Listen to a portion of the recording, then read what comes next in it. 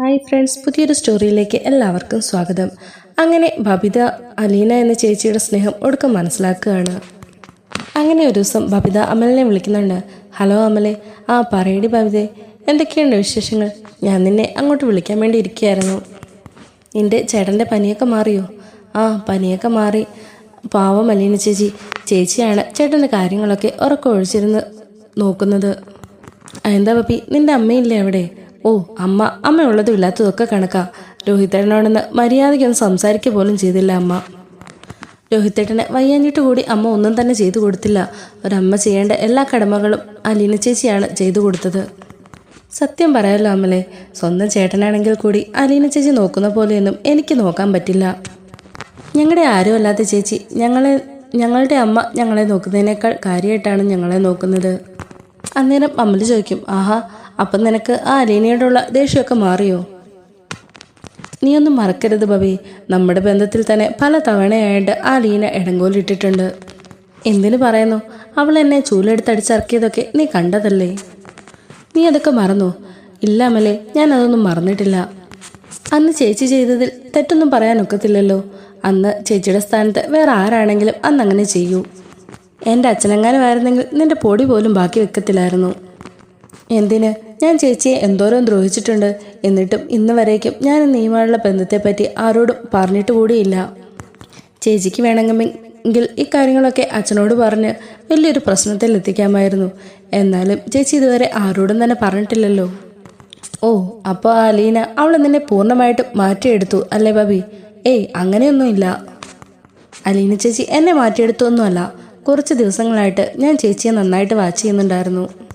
ചേച്ചി ഞങ്ങളെയെല്ലാം സ്വന്തം സഹോദരങ്ങളെ പോലെ തന്നെയാണ് കാണുന്നത്. എനിക്കിപ്പോൾ ഒരു കുറ്റബോധം മാത്രമേ ഉള്ളൂ. ഇത്രയും നാളായിട്ട് കൂടി ചേച്ചിയൊന്നും മനസ്സിലാക്കാൻ പറ്റിയില്ലല്ലോ. അമ്മയുടെ വാക്ക് കേട്ട് ഞങ്ങളെല്ലാവരും തന്നെ ചേച്ചിയെ തെറ്റിദ്ധരിച്ചു.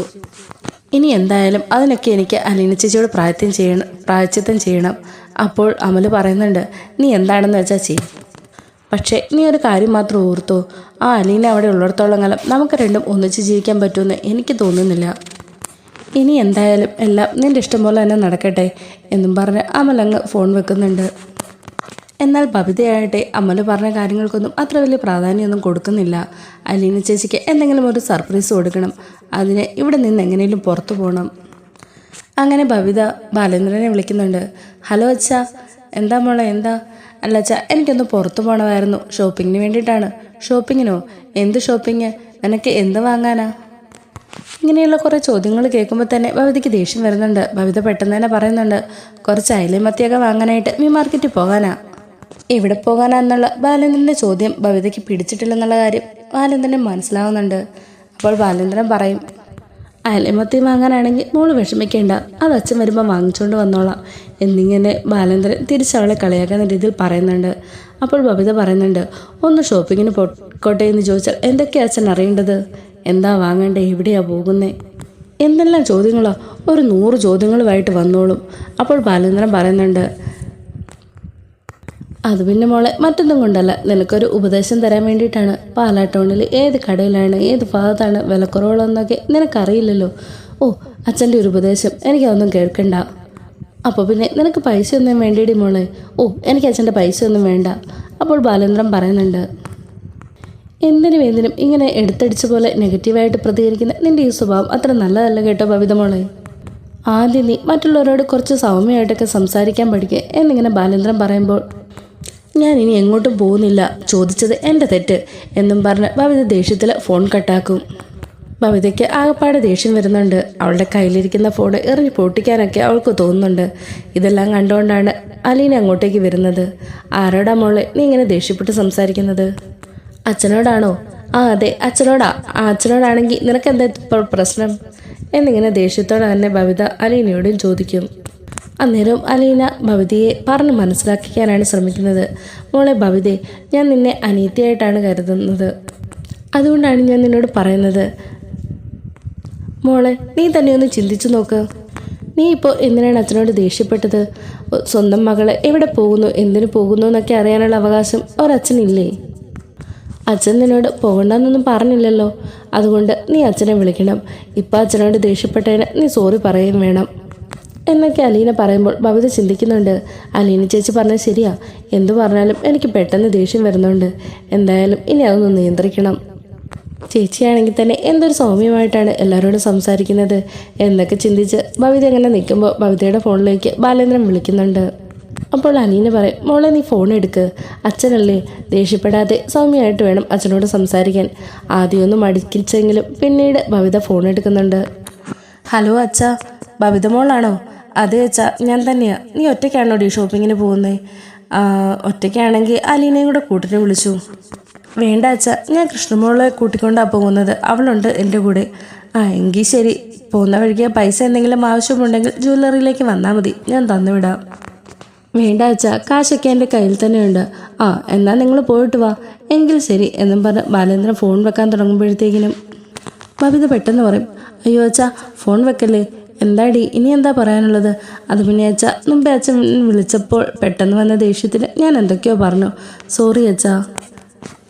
അതൊന്നും സാരമില്ലേടി എന്നും പറഞ്ഞ് ബാലേന്ദ്രൻ ഫോൺ വെക്കുന്നുണ്ട്. അതിനുശേഷം അലീന പറയുന്നുണ്ട്, ഇങ്ങനെ വേണം മോളെ ഫോണിൽ സംസാരിക്കാൻ, ആരോടും നീ അധികം ദേഷ്യപ്പെടാൻ പാടില്ല. ഇപ്പം നീ മിടുക്കിയായി എന്നൊക്കെ പറഞ്ഞ് ബബിതയെ ഒന്ന് തലോടിയിട്ട് അലീന കിച്ചണിലേക്ക് പോവാണ്. ബബിതയുടെ ഉള്ളിൽ അലീനയോട് നല്ല സ്നേഹമുണ്ടെങ്കിലും അവൾ അതൊന്നും ഓവറായിട്ട് പുറത്തേക്ക് കാണിക്കുന്നില്ല. അങ്ങനെ ബബിത കൃഷ്ണമോളുടെ അരികെ ചെന്നിട്ട് അവളോട് പറയുന്നുണ്ട്, നമുക്കിന്നൊന്ന് പുറത്തേക്ക് പോകണം. കൃഷ്ണമോള് ചോദിക്കുന്നുണ്ട്, എവിടേക്ക് പോകാനാ ചേച്ചി? അതൊക്കെ അറിഞ്ഞാൽ മാത്രമേ നീ എൻ്റെ കൂടെ പുറത്തേക്ക് വരുവുള്ളൂ. അപ്പോൾ കൃഷ്ണമോളും ഒട്ടും വിട്ടുകൊടുക്കുക തന്നെ പറയുന്നുണ്ട്, അതെ, എവിടേക്കാന്ന് അറിഞ്ഞാൽ മാത്രമേ ഞാൻ വരുവുള്ളൂ. അപ്പോൾ ബബിത പറയുന്നുണ്ട്, എന്നാൽ നീ വരണ്ടടി എന്നും പറഞ്ഞ ദേഷ്യത്തിൽ ബബിത റൂമിലേക്ക് പോവാണ്. അപ്പോൾ ബബിത ചിന്തിക്കും, ഇങ്ങനെ പോയാൽ അലീന ചേച്ചി പറഞ്ഞതുപോലെ എനിക്ക് നന്നാവാനേ പറ്റില്ല, ദേഷ്യം എങ്ങനെയെങ്കിലും കൺട്രോൾ ചെയ്തേ പറ്റൂ.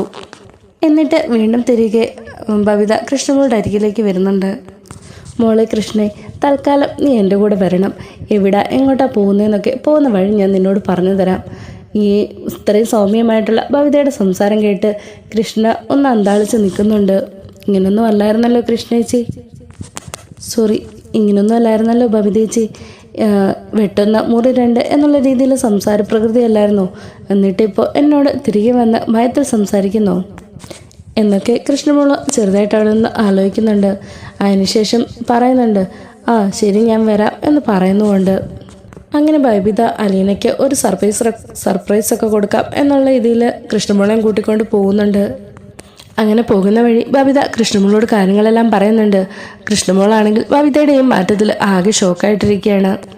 അങ്ങനെ അവർ പോയി അലീനയ്ക്കുള്ള ചുരിദാറും ധാവണിയൊക്കെ വാങ്ങിയിട്ട് തിരികെ വീട്ടിലേക്ക് വരികയാണ്. അങ്ങനെ തിരികെ വരുന്ന ബബിത നോക്കുമ്പോൾ അലീന കിച്ചണിലാണ്. അലീന അറിയാതെ ആ ഡ്രസ്സെല്ലാം കൊണ്ട് അലീനയുടെ റൂമിൽ വെച്ചിട്ട് തിരികെ ബബിത കിച്ചണിലേക്ക് വരും. അലീന ചേച്ചി എന്നിങ്ങനെ ബബിത വിളിക്കുന്നുണ്ട്. പെട്ടെന്ന് ഒരു ഞെട്ടലോടെ അലീന തിരിഞ്ഞു നോക്കുന്നുണ്ട്. ബബിതയുടെ ചേച്ചി എന്നുള്ള വിളിയിൽ എല്ലാം മറന്നതുപോലെ അലീന അവളെ തന്നെ ഇങ്ങനെ നോക്കി നിൽക്കും. ബബിതയുടെ അരികിലേക്ക് ചെന്നിട്ട് അലീന ചോദിക്കുന്നുണ്ട്, നീ ഇപ്പം എന്താ മോളെ വിളിച്ചത്?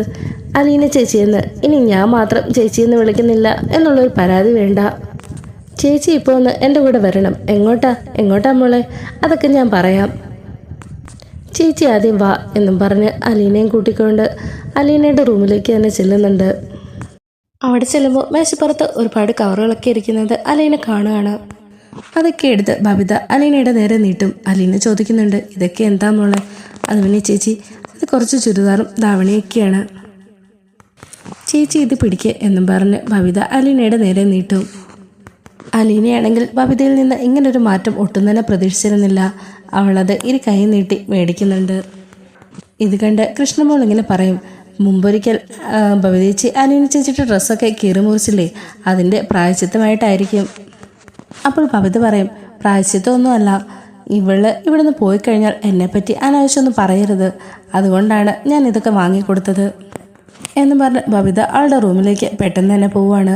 അവൾ പോയതിന് ശേഷം കൃഷ്ണമോള് പറയുന്നുണ്ട്, വെറുതെ പറയേ ചേച്ചി, ബബിതേച്ചി സ്വന്തം ഇഷ്ടപ്രകാരമാണ് ഈ സാധനങ്ങളൊക്കെ വാങ്ങിയത്. ഇത് വാങ്ങിക്കുന്നതിന് ചേച്ചി അച്ഛൻ്റെ നിന്ന് കാശ് പോലും വാങ്ങിയിട്ടില്ല, സ്വന്തം സേവിങ്സിൽ നിന്നാണ് ചേച്ചി ഇതൊക്കെ വാങ്ങിയത് എന്നിങ്ങനെ കൃഷ്ണമോള് പറയാണ്. ഇത് കേൾക്കുമ്പോൾ അലീനയ്ക്ക് ഒരുപാട് സന്തോഷമാകുന്നുണ്ട്. അതിന് എന്ന് മറുപടി പറയണമെന്ന് പോലും അവൾക്ക് വാക്കുകൾ കിട്ടുന്നുണ്ടായിരുന്നില്ല. അപ്പോൾ കൃഷ്ണമോൾ പറയുന്നുണ്ട്, ചേച്ചിക്ക് അറിയുമോ ഈ ഡ്രസ്സിനൊക്കെ കൂടെ എത്ര രൂപയെന്ന്? 7200 രൂപ. ബബിതേച്ചി ശരിക്കും ഒരു പിശിക്കുകയാണ്.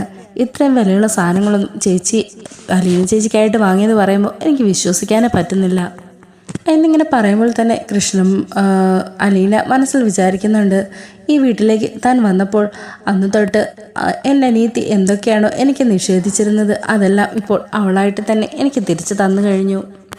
അലീന അവിടെ സന്തോഷം കൊണ്ട് പൊട്ടിക്കരയുന്നുണ്ട്. ഈ സന്തോഷ വാർത്ത വൈജി ഒന്ന് ചൊടിപ്പിക്കാൻ എന്നത് കൃഷ്ണമോള് വൈജിയോട് പറയുന്നുണ്ട്. ഇത് കേൾക്കുമ്പോൾ വൈജയ്ക്ക് വല്ലാതെ ദേഷ്യം വരുന്നുണ്ട്. നീ എന്താടി പറഞ്ഞത്? ബബിത അലീനയ്ക്ക് 7000 രൂപയുടെ ഡ്രസ്സ് വാങ്ങിക്കൊടുത്തെന്നോ? അതെ അമ്മേ, ബബിതേച്ചി തന്നെ. എന്തായാലും ബബിതേച്ചിക്ക് കുറച്ചൊക്കെ വിവരം വെച്ച് വന്നു. ഇനി അമ്മ കൂടെ മാറാനുള്ളൂ. അമ്മയ്ക്ക് കൂടി ശാലം വിവരം വെച്ചാൽ എല്ലാം ഓക്കെ ആവും. എന്താടി ചെറിയ വായി വലിയ വർത്തമാനം പറഞ്ഞാണ്ടല്ലോ, ഞാൻ ഒരെണ്ണങ്ങ് വെച്ച് തരും. എൻ്റെ മകനെ മയക്കിയെടുത്തതുപോലെ ആ നാശം പിടിച്ചവൾ ഇപ്പം എൻ്റെ മകളെ വശത്താക്കിയോ? എൻ്റെ കുടുംബം തകർത്തിട്ടേ അവൾ ഇവിടെ നിന്ന് പോകുള്ളൂ. ആ ഒരുമ്പെട്ടവളെ ഇവിടെ നിന്ന് എങ്ങനെ പുറത്താക്കണമെന്ന് എനിക്ക് നന്നായിട്ടറിയാം. ആ അമ്മ എങ്ങോട്ട് ചെല്ല്. അച്ഛൻ നിൽക്കാറും അമ്മ എടുത്ത് പുറത്ത് കളയും. അല്ല, അമ്മ എന്തിനാണ് ഈ അലീന ചേച്ചിയെ ഒരു ശത്രുവായിട്ട് തന്നെ കാണുന്നത്? അലീന ചേച്ചി അമ്മയോട് എന്ത് തെറ്റ് ചെയ്തിട്ടാ? അവൾ എന്നോട് ഒരു തെറ്റും ചെയ്തില്ലേടി. അവളെൻ്റെ ഭർത്താവിനെ തട്ടിയെടുത്തില്ലേ? എൻ്റെ കുടുംബം തകർത്തില്ലേ? ഇപ്പോഴത്തെ എൻ്റെ മക്കളെയും അവൾ വശത്താക്കിയില്ലേ? അതൊക്കെ അമ്മയുടെ വെറും തോന്നൽ മാത്രം അമ്മേ. അലീന ചേച്ചി ആരെയും വശത്താക്കിയിട്ടില്ല.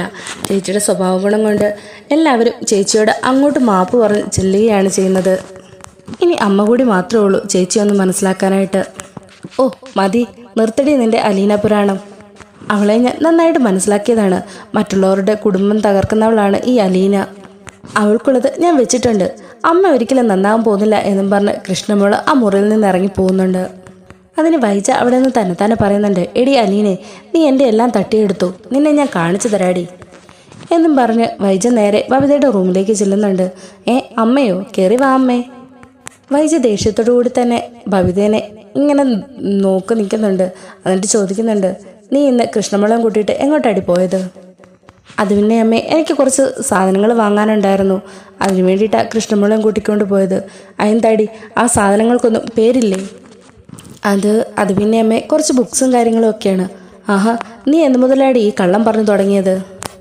അയ്യോ അമ്മേ, ഞാൻ കള്ളം പറഞ്ഞെന്നോ? ഞാൻ അതിന് കള്ളമൊന്നും പറഞ്ഞില്ലല്ലോ. ദേ ബബിതേ, ഒരു വീക്ക് അങ്ങോട്ട് വെച്ച് തന്നാലുണ്ടല്ലോ. നീ എന്തിനാ പോയതെന്നും നീ ആർക്ക് സാധനം വാങ്ങാൻ വേണ്ടിയിട്ടാണ് പോയതെന്നും ഒക്കെ ഞാൻ അറിഞ്ഞു. എന്നു മുതലാടി അലീന നിനക്ക് ചേച്ചിയാത്?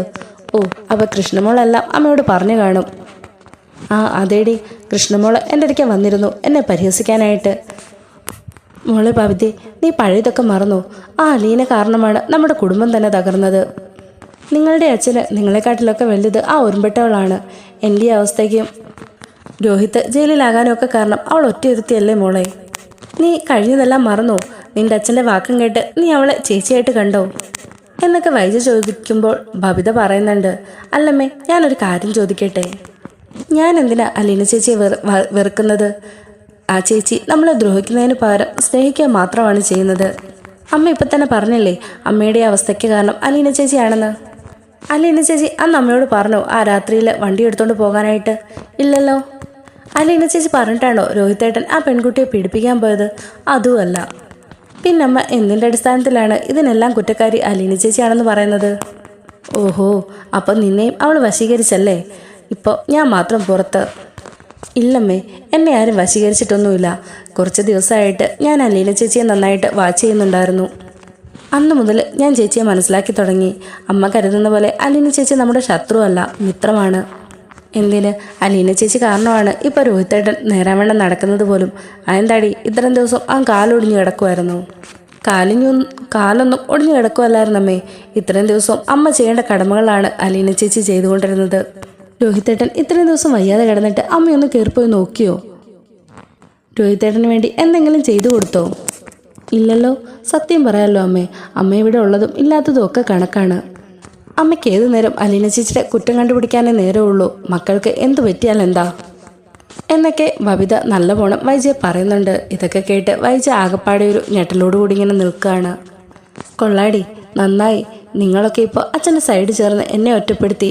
ഞാനിവിടെ നിൽക്കുന്നതാണല്ലോ ഇപ്പം നിങ്ങൾക്കെല്ലാം പ്രശ്നം. എന്തായാലും ഗംഗേട്ടനും ശിവേട്ടനും ഒന്ന് തിരികെ പോട്ടെ. അതിനുശേഷം ഞാൻ ഈ വാടക വീട്ടിൽ നിന്ന് മാറും. നീ ഇപ്പോൾ ആ അലീനെ എടുത്ത് തലയിൽ വെച്ചോ. ഇന്നല്ലെങ്കിൽ നാളെ അവളുടെ തനി സ്വരൂപം നീ കാണാൻ പോകുന്നതേ ഉള്ളൂ എന്നും പറഞ്ഞ് വൈജ ദേഷ്യത്തിൽ തന്നെ റൂമിലേക്ക് തന്നെ അങ്ങ് പോവുകയാണ്. എന്തായാലും നമ്മുടെ ബബിത അലീന എന്ന ചേച്ചിയുടെ യഥാർത്ഥ സ്നേഹം മനസ്സിലാക്കുന്നുണ്ട്.